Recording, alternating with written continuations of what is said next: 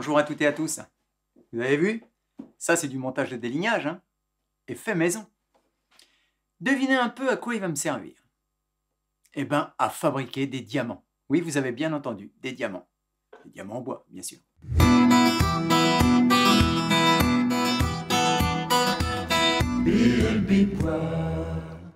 Alors, pour la petite histoire, tout ça, c'est à cause de ma fille. Un jour, elle rentre d'avoir fait les magasins et elle me dit « Papa, je voudrais des diamants. » Bah oui, ma poulette, c'est ça, des diamants. Mais elle rigolait pas. Elle rigolait pas parce qu'elle avait vu un diamant en résine, elle me le montre sur son téléphone, elle me dit « Tu vois papa, ce diamant en résine, je suis sûr que tu pourrais me le faire en bois. » Voilà comment ça a commencé. Alors j'ai fait des recherches pour voir à quoi correspondait vraiment un diamant, pour m'en inspirer. Ensuite, il a fallu que j'imagine comment fabriquer ce bijou en bois, mettre en place la méthode de fabrication et le matériel.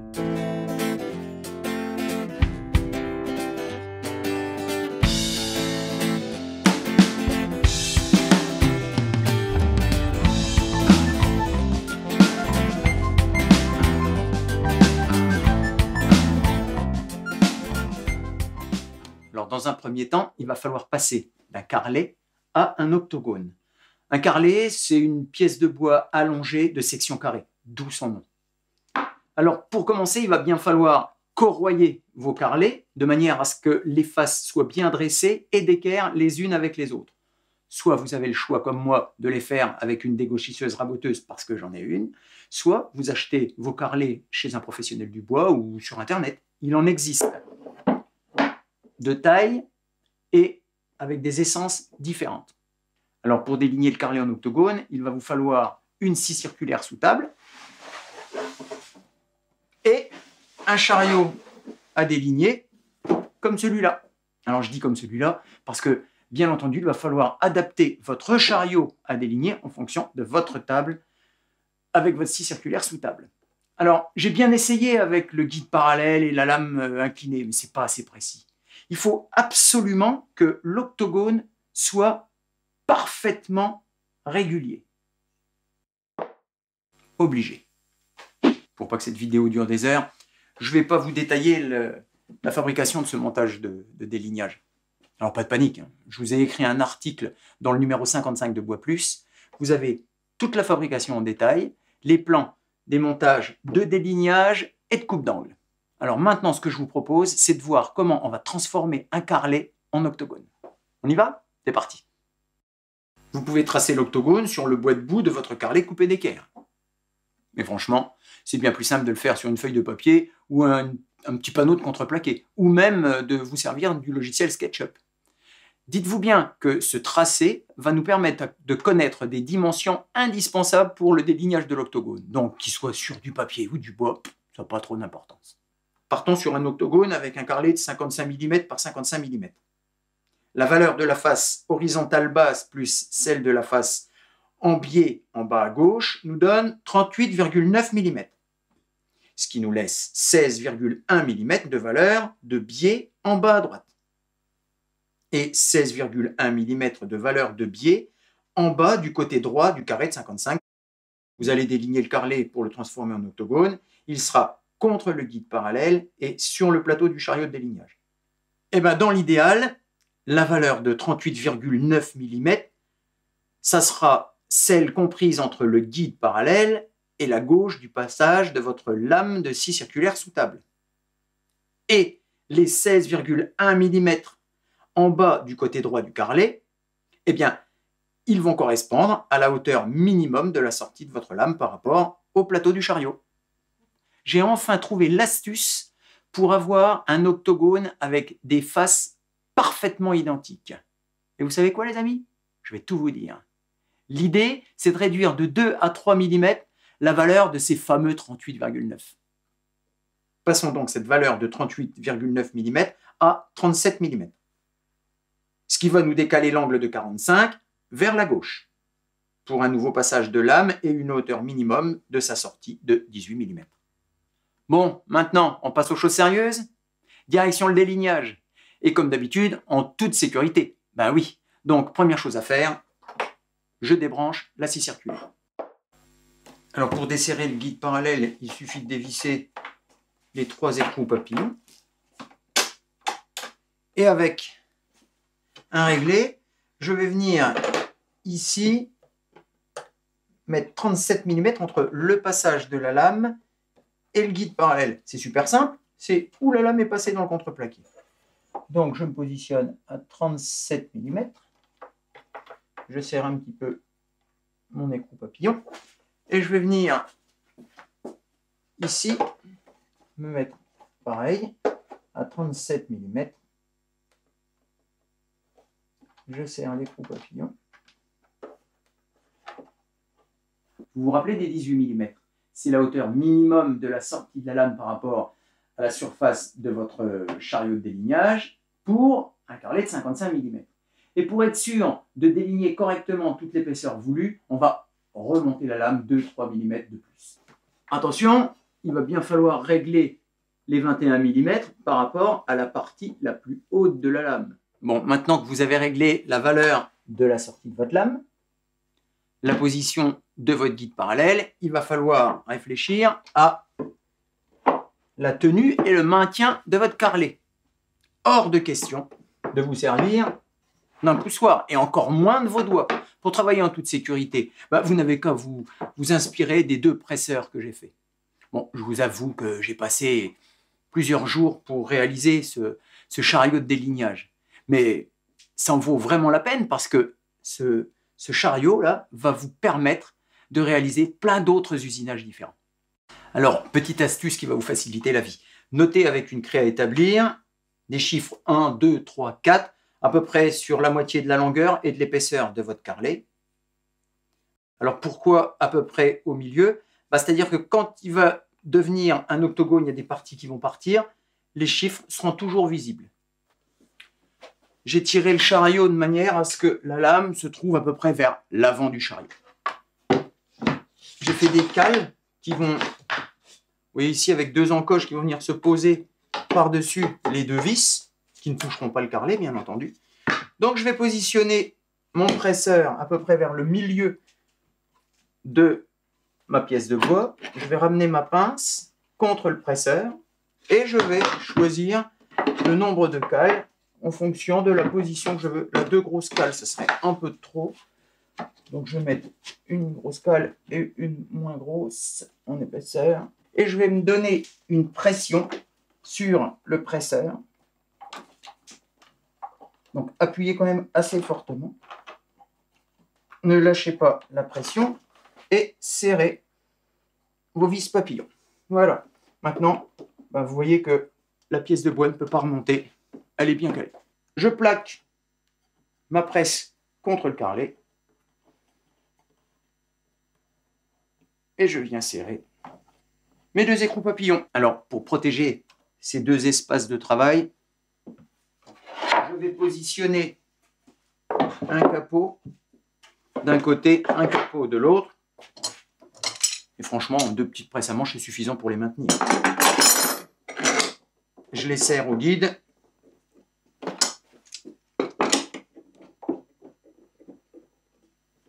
Et là, on peut travailler en toute sécurité. Poussez le chariot jusqu'à temps que le carrelet soit déligné sur sa longueur et puis arrêtez la machine. Si vous aviez des carrelets beaucoup plus longs, il faudrait venir ici fabriquer un capot de protection pour que la sortie de lame soit protégée par ce capot de protection. Pas de souci. J'enlève la petite pièce de bois. Je vais desserrer les 2 presseurs. Et quand on enlève la pièce, je vais venir sur la face qui vient d'être délignée, noter soit un chiffre, alors en l'occurrence, il faudrait mettre un 5, et là ici je mets une lettre, un A. Et il va falloir positionner, puisqu'on avait bien le 1 sur table, je vais maintenant positionner le 2 sur la table. Je tire le chariot vers moi, je positionne mon carrelet, la rebelote, c'est parti. A, B, C, un D ici. Alors, je préfère mettre une lettre, parce que pour en avoir fait les frais, j'avais mis des chiffres, et à un moment donné, j'ai pas mis le bon chiffre sur sur le plan de travail, eh ben, l'octogone était fichu. Mais alors, c'est fichu, c'est de chez fichu. Il faut au pire, au mieux, je dirais, le repasser à la dégo et puis se retrouver avec un tout petit carrelet. C'est reparti pour un tour. Le A en position. On va remettre les EPI et tout en place. Et on va faire les 4 nouveaux délignages en posant A, B, C et D sur la table. Alors, pour continuer les diamants, vous allez avoir besoin d'une scie radiale qui, dans un premier temps, va nous servir à couper l'octogone en pointe. Et pour ça, eh bien, il va vous falloir un montage d'usinage ou un montage de sciage. Ah oui, encore un. Et c'est pas le dernier, il en faudra encore un autre. Peu importe le numéro ou la lettre que vous allez mettre dessus, de toute manière, il va falloir les faire tourner tous les uns derrière les autres sur la table. Par contre, ce qui est important, c'est que la lame passe à un peu plus que la moitié de la valeur d'une face, tout simplement pour qu'on retrouve une pointe, sinon on aurait un plat au bout. Alors là, moi, la machine, elle est munie d'un laser, donc c'est facile, je vois tout de suite le laser où il passe. Si on n'en a pas, c'est très simple. Un crayon, un réglé, je prends la moitié de la valeur du plat, je fais un petit repère avec mon crayon, et on va le faire à l'ancienne. Je positionne ma lame par-dessus, et ici, je visionne bien où elle va passer. Donc je vais un petit peu plus loin que la moitié, et c'est bon. Il ne me reste plus qu'à fixer mon octogone au guide avec une petite presse.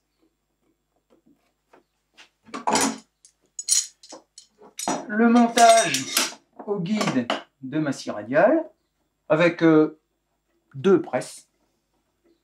C'est mieux, il ne bougera pas. On pourra travailler en toute sécurité. Alors, 45 degrés. Pourquoi j'ai choisi 45 degrés? Parce que c'est à peu près l'angle qui se rapproche le plus de l'angle du dessous du diamant. Mais franchement, essayez avec des degrés différents pour que vous puissiez avoir des diamants différents.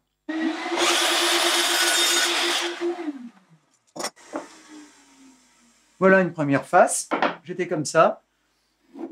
Après, vous choisissez d'un côté ou de l'autre, c'est pas grave. Le principal, c'est que les 8 soient faites.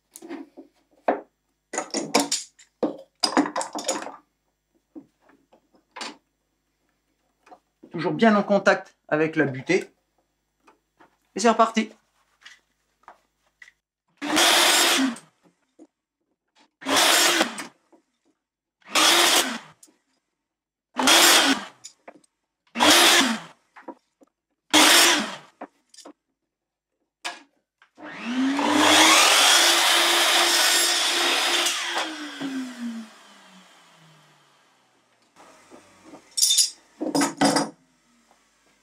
Et voilà. Alors maintenant, vous remettez la table de votre scie radiale à 90 degrés. Là, j'ai incliné la lame à 22,5. Il n'y a rien de figé. Vous pouvez imaginer d'autres degrés, bien entendu. La butée, l'octogone est serré au guide du montage de coupe d'angle. Maintenant, il va falloir régler la profondeur de la lame. Parce que si je coupe plus que la moitié, forcément, quand je vais faire le tour, la partie du bois va tomber. Et ce n'est pas ce que je veux. Donc, il va falloir jouer avec la butée, ici. Je vais la tourner de manière à ce qu'elle vienne ici en butée, de manière à ce que la lame soit au-dessus de la pointe. Je vais approcher l'octogone de manière à ce que la lame, ici, me laisse une arête saillante sur toutes les faces. Alors, vous vous demandez peut-être pourquoi j'ai déplacé le guide ici sur le montage de sciage de coupe d'angle. Eh bien, tout simplement parce que si j'avais positionné mon octogone contre le guide de la scie circulaire radiale, pour l'instant pas de souci. Eh ben, le problème, c'est que je n'aurai pas assez de course pour venir scier toute la largeur de ma pièce de bois. Alors que là, on est ici, et là, j'ai assez de course.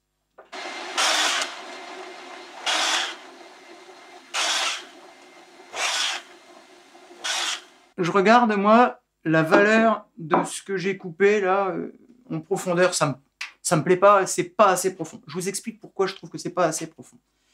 L'étape suivante sera de couper le plat de l'octogone. Et ici, ce que j'ai fait, on va dire que je suis arrivé à peu près à moitié là, par rapport à la pente que j'ai là. Si je coupe le plat, il va falloir que je le coupe ici et je vais me retrouver avec des toutes petites faces. Donc ça ne me plaît pas. Je vais régler ma profondeur un peu plus importante et je vais refaire les 8 passes. Donc maintenant, l'étape suivante consiste à scier le diamant pour avoir le plat du dessus du diamant. Cette partie-là. Mais on pourrait se dire, ben, on y va franco et on le scie sur toute son épaisseur. Ben non, il y a trop de pointes et d'arêtes saillantes. Le diamant, il est éjecté, j'ai essayé, hein. Le diamant est éjecté et forcément, à un endroit, il va être marqué. Donc, il ne faut pas. Donc, l'astuce, c'est de garder un peu de bois ici qui va être attenant à l'octogone pour ensuite le scier à la main. Et maintenant, ce que je vais faire, je vais déplacer le guide de droite à gauche pour moi avoir cette valeur-là. C'est-à-dire la partie qu'il va y avoir entre l'arête et le plat. J'ai bien posé mon réglé sur le plat du diamant. Donc vous voyez bien, c'est cette arête-là. Plus je serai par là, plus on aura de pente. Plus je serai par ici, plus la pente sera petite.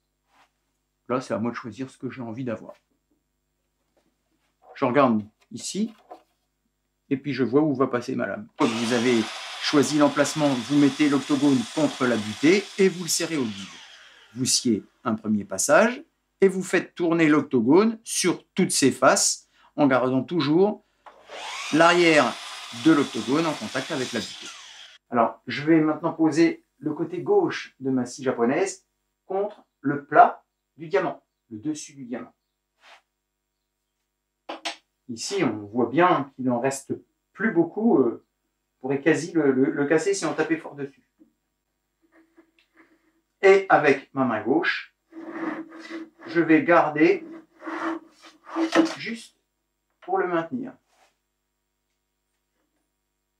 Là, on se rend compte qu'on a des petites traces de cire, c'est tout à fait normal. On va maintenant passer au ponçage. Et voilà, on peut être content, on a notre premier diamant. On se rend compte ici qu'on a des petits trous de verre. Parfois, ça, c'est des petits cadeaux du bois. Alors maintenant, on va passer au ponçage de toutes les faces du diamant. Et pour ça, donc, c'est quand même assez petit. Il va falloir que la surface de ponçage soit super plate. L'idéal, c'est une plaque de verre sur laquelle vous allez poser votre abrasif.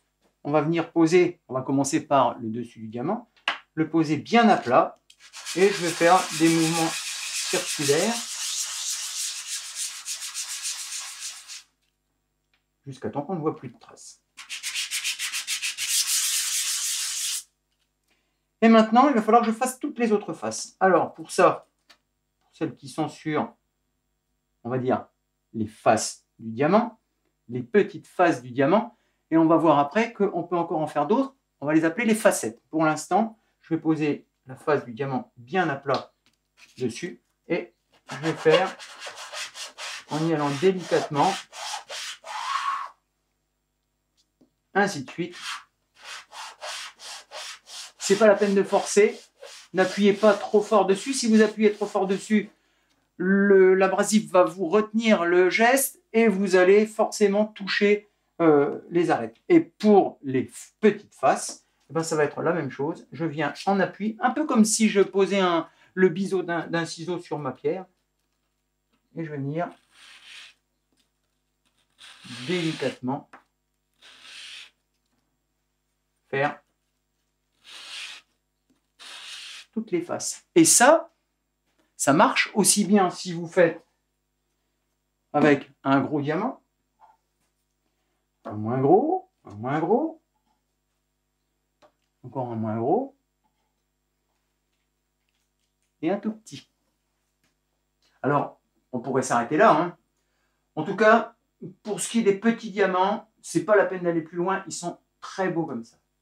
Mais je me suis amusé à refaire des petites facettes. On va même les appeler des facettes, hein, puisque on a dit qu'ici c'était les grandes faces, on avait ensuite les petites faces, et les facettes, eh bien les facettes, ça va être des petites parties qui vont couper les arêtes ici des raccords entre les faces et le plat.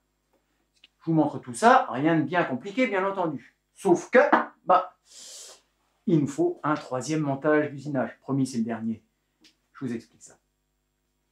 Alors, la particularité de ce montage de coupe d'angle, eh bien, c'est qu'il va permettre à l'octogone de tenir sur une arête. Donc, je l'ai positionné. Il est ici en butée.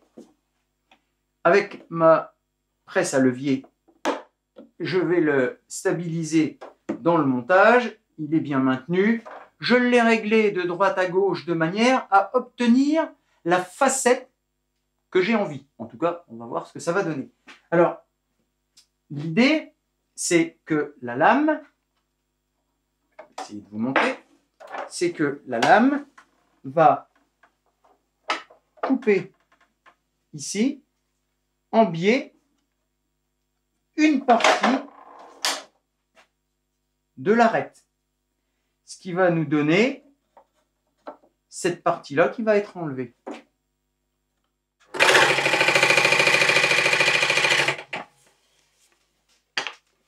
Les diamants sont des objets décoratifs. Eh bien, rien de tel qu'un petit chantournage pour mettre en valeur votre bois précieux. Vous savez ce qui m'a donné envie de réaliser ce petit chantournage ? Eh bien, notre petit dernier, 100% chantournage. C'est l'ouvrage idéal pour débuter le chantournage. Bon, c'est pas mon cas, mais ça m'a donné envie de m'y remettre. Si vous voulez vous lancer, ou si vous avez essayé, mais que vous n'avez plus trop envie, et que vous avez laissé tomber votre machine, elle croule sous un tas énorme de poussière, eh bien, je ne saurais que vous conseiller cet ouvrage. Il y a tout à l'intérieur. Le matériel, la technique, et plein d'astuces pour débuter le chantournage. Allez, on repose les amis. Si vous avez aimé cette vidéo, n'hésitez pas à la liker, à la partager ou à vous abonner à notre chaîne BLB Bois TV. Vous pouvez aussi nous suivre sur notre site ou sur notre page Facebook.